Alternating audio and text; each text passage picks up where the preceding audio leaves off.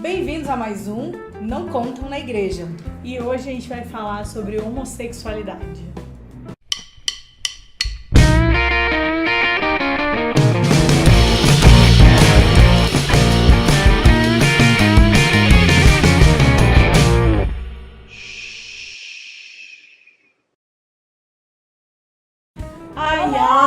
Olha, mas a gente tenta fugir das coisas, Mas não tá dando, porque a demanda tá gente. grande. Gente, a gente recebeu uns 3 pedidos diferentes sobre temas diferentes dentro da homossexualidade. E a gente vai tentar fazer esse vídeo em várias partes pra gente poder abordar bem cada uma delas. Lembrando que nós não temos todas as respostas para todas as coisas, nós não somos as donas da verdade, mas nós temos que pensar um pouquinho junto com você, à luz da Bíblia, algumas coisas, né? Bem, então vamos começar dizendo, é pecado ou não é pecado? Sim, é pecado. Isso daí eu acho que é pacífico, tá bem claro. Tá na Bíblia, não tem muito o que discutir sobre Não dá isso. pra dizer que a Bíblia não fala sobre isso, a Bíblia fala, a Bíblia é clara. No Antigo e no Novo Testamento. A questão é como a gente lida com isso, né? Exatamente. Porque uma das perguntas, uma das várias questões sobre a homossexualidade era como, se alguém chega na minha igreja, um homossexual, como tratar, como receber e tal. E a primeira coisa que a gente tem pra dizer é: a igreja está preparada para receber homossexuais? Não! Eu acho que isso também é pacífico, porque tá bem claro, né? Nossas igrejas não estão preparadas. Nem um pouquinho. A gente já tem um olhar diferente, né? Às vezes você pensa assim, eu não sou preconceituoso, eu tenho até um amigo na faculdade que é gay, que é lésbica, enfim. Mas quando aquela pessoa vem pro seu meio de convívio, você já olha assim, O que tá fazendo aqui? Ou então na hora que aí a pessoa vê, a pessoa que é homossexual entrou na igreja, assistiu o culto, na hora do apelo você fica, não vai levantar a mão, tem que levantar a mão. Quer que eu vá aí tentar te Eu convencer? vou te acompanhar. Quer que eu vá ser o papel de Espírito Santo? Não, você não faz esse papel. Exatamente. Eu acho que uma coisa que gera muito atrito quando a gente fala sobre isso é que, mais uma vez, esse é um assunto, é um tema que a gente quer se colocar no lugar de Deus e decidir a vida da pessoa, decidir o momento que ela vai mudar, o momento de conversão. A gente quer ser o Espírito Santo, né? A gente quer convencer a pessoa da justiça, do pecado e do juízo. Mas não vai dar, tá bom? Não vai dar, não. Já tem esse papel preenchido, não é você. Que bom. Mas, gente, o que acontece? O homossexual, ele entrou na sua igreja, que bom. Se ele entrou, ele está em busca de alguma coisa. Pode ser que ele queira causar? Pode. Pode ser que ele queira simplesmente assistir o culto, ver qual é que é? Pode. Pode ser que ele queira buscar a Deus? Pode. Independente do motivo que o levou até lá. Que o seu motivo para recebê-lo, que o motivo da igreja para recebê-lo seja o amor, seja o acolhimento. Então a primeira questão que a gente quer tratar é sobre a igreja. E a igreja, como você sabe, também somos nós. Então é sobre como você deve lidar com essa questão. É como você tem que ter um olhar mais de amor do que de acusador, né? Porque o homossexualismo é pecado, a gente já falou que é. Mas ele é o pior pecado que existe? Existe uma hierarquia de pecados? Então você agora se tornou menos pecador porque ele é homossexual ou ela? Então a gente está com uma inversão de valores muito grande. O posicionamento da igreja hoje é um ataque direto e constante. Isso é uma coisa que me entristece muito, porque parece que virou uma briguinha pessoal entre os crentes e a comunidade LGBT. Se eu esqueci alguma letra, me desculpa. Mas parece que virou uma briga pessoal, né? Então, eles fazem uma coisa, a gente vai retalhar, a gente vai não sei o quê, vamos pra cima. Isso está completamente errado, gente, sabe? Eu fiquei muito triste quando eu vi uma situação no mundo cristão, gospel, Ravels, de tipo, vamos boicotar a marca tal, né, uma marca de roupa, porque eles fazem apologia à ideologia de gênero. Mas boicotar uma marca de roupa porque faz uso de trabalho escravo, aí não, né? Isso não é pecado. Não, trabalho escravo é super de bom. Não, tranquilíssimo. Então, isso é uma coisa, gente, que se a gente vai combater o pecado, então é pra combater todos, inclusive o da nossa vida, tá? Porque às vezes a gente se incomoda tanto, né? Porque isso é pecado, porque a moral e os bons costumes, porque a família tradicional brasileira, porque não sei o quê. Mas aí, de repente, você que está defendendo a família tradicional brasileira, você trai a sua esposa, você não honra o seu pai e sua mãe, você maltrata os seus filhos, então você também não está cumprindo com o seu papel de defender a família tradicional brasileira e os valores cristãos que permeiam, né, isso. Então, isso é uma coisa assim que que me faz pensar a nossa hipocrisia enquanto cristãos. A gente está tão preocupado em combater o pecado do outro, mas o pecado da nossa vida, o nosso pecadinho de estimação, que a gente cuida com tanto amor e carinho, esse a gente não precisa combater. Né? A gente não quer se enxergar, na verdade, porque infelizmente a gente vive um cristianismo hoje que a gente olha para o pecador, porque nós não somos pecadores. Não. A gente olha para o pecador com um olhar de superioridade. Eu acho que é isso que os homossexuais têm sentido quando eles veem a igreja olhando para eles. A igreja dizendo assim, eu sou melhor do que você. Por causa da minha opção sexual, porque eu sou hétero, porque eu estou dentro dos padrões bíblicos e você não está.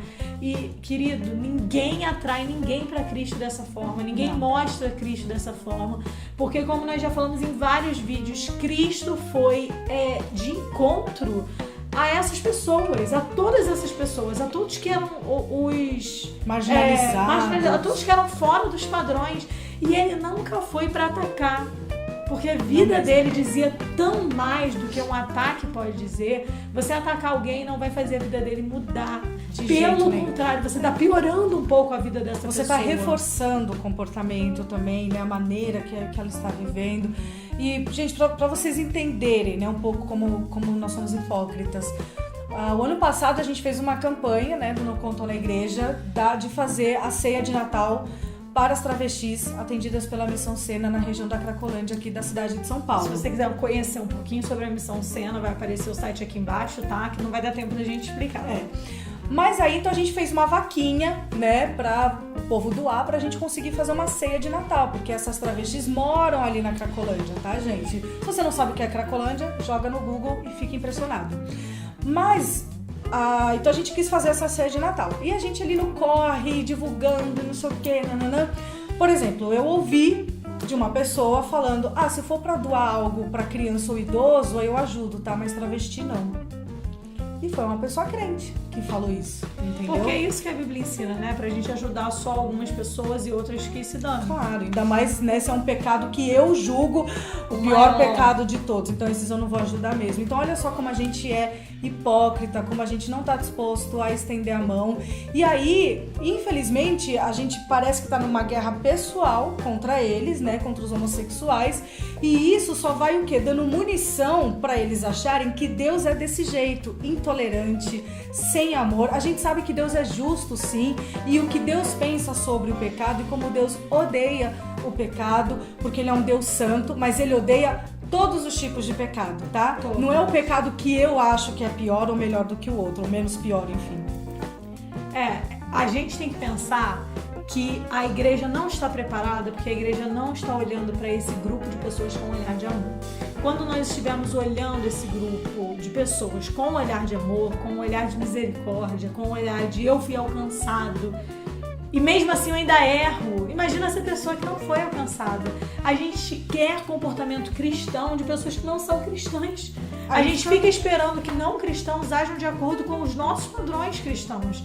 E a vida não é assim, tá, querido? Não é assim, não é por força nem por violência, tá?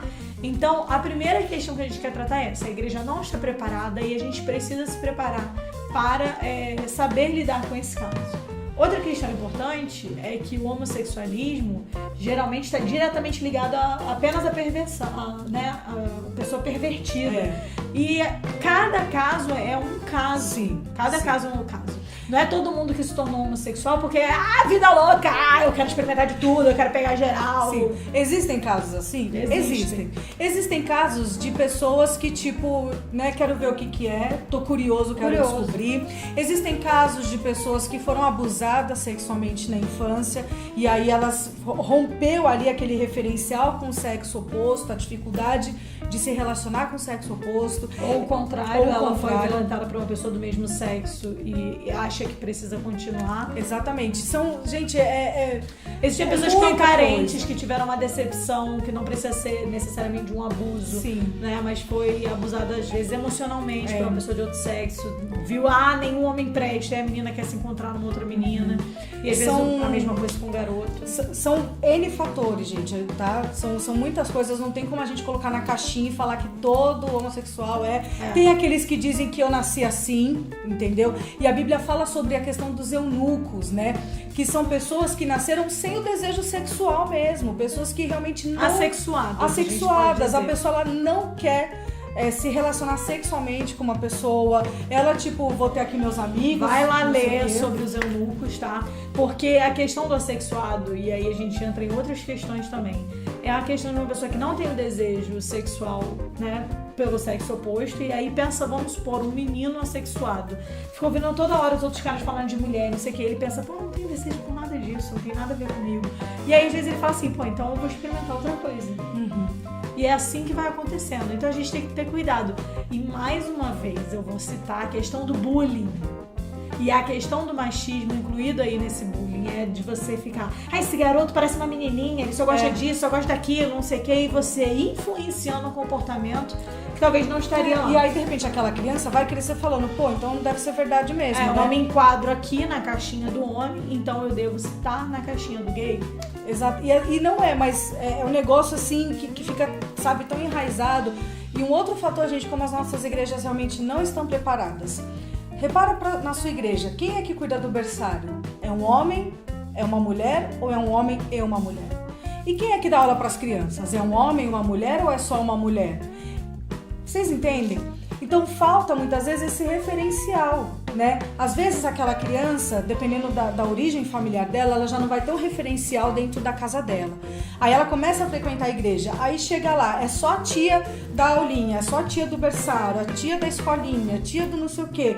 Não tem aquele referencial masculino, ela vai crescer achando que é só aquilo mesmo. Então, por isso que os homens precisam se envolver mais nas coisas de criança, entende? Nas igrejas, vocês homens precisam sim dar aula para as crianças, estar presentes no berçário, liderar os departamentos. É muito importante ter essa figura do homem e da mulher nas lideranças, nas dependências da igreja, para que a criança, o adolescente, ele veja esse referencial. Exatamente. Ou seja, né, nós já falamos de várias questões, que não existe como a gente tratar um caso, né, só. Os casos são diferentes, têm suas peculiaridades.